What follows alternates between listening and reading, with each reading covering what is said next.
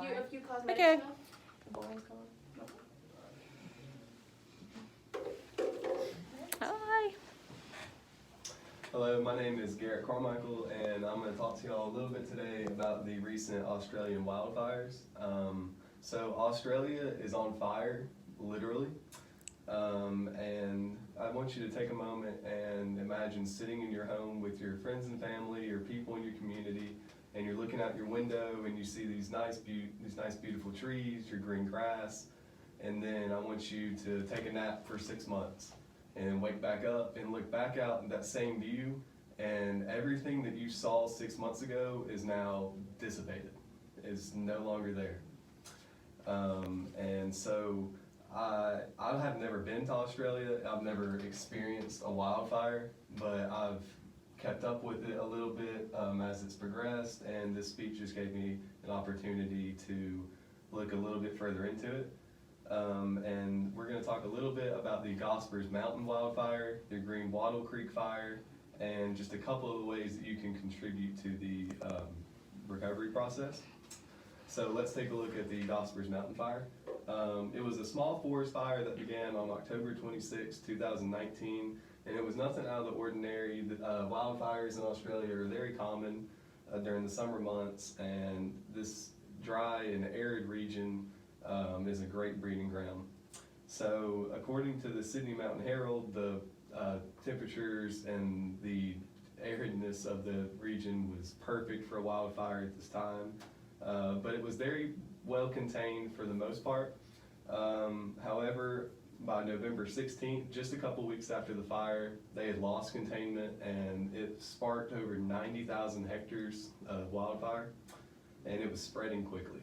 And by December of 2019, it had destroyed an area of over 7 times the amount, or 7 times the size of the country Singapore.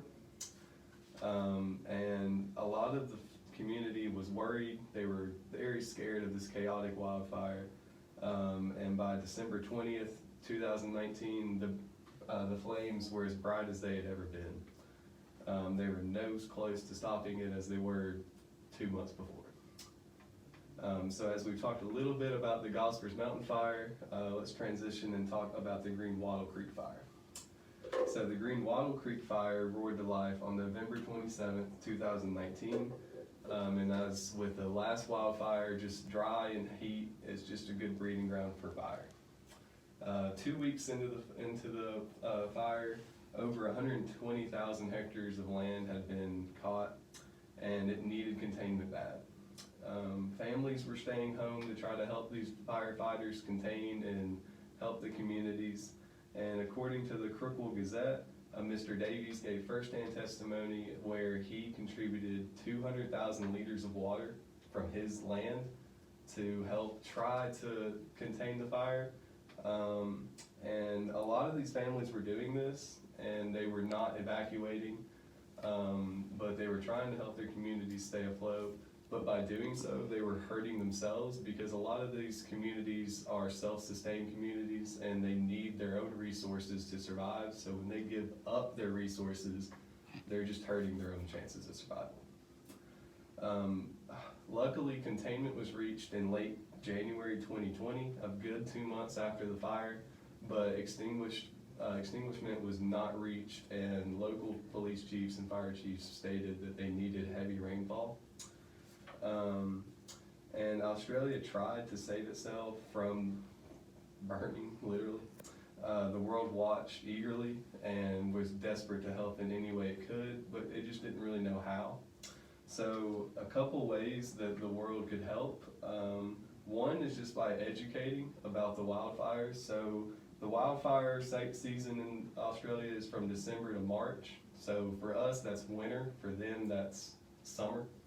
And as I mentioned, these fires started in late October, late November, which a lot of people are saying that as climate change is continuing to progress, humans are continuing to hurt the planet. These fires are going to continue to roar bigger and bigger and longer and longer. And according to Isabel Quai with the New York Times, billions of dollars have poured in for support and donations, and the area is very thankful and they're working diligently to allocate all of those funds to the necessary people to get these communities back on their feet. And the USA Today was cited as saying over 5 million animals have died and been displaced in these fires. And I don't know if you remember Steve Irwin, the crocodile hunter, but his daughter, Bindi Irwin, is a part of the Australia Zoo Wildfire Hospital, and they take donations to help protect and displace injured animals. And so as we close, I want you to take a moment and reflect back to how I began the speech, and I want you to imagine when you're in these communities with your family and friends, and just be thankful for what you have, because as we've seen close to home with these Nashville tornadoes and these natural disasters, you never know what Mother Nature can do and how quickly life can turn around. Thank you.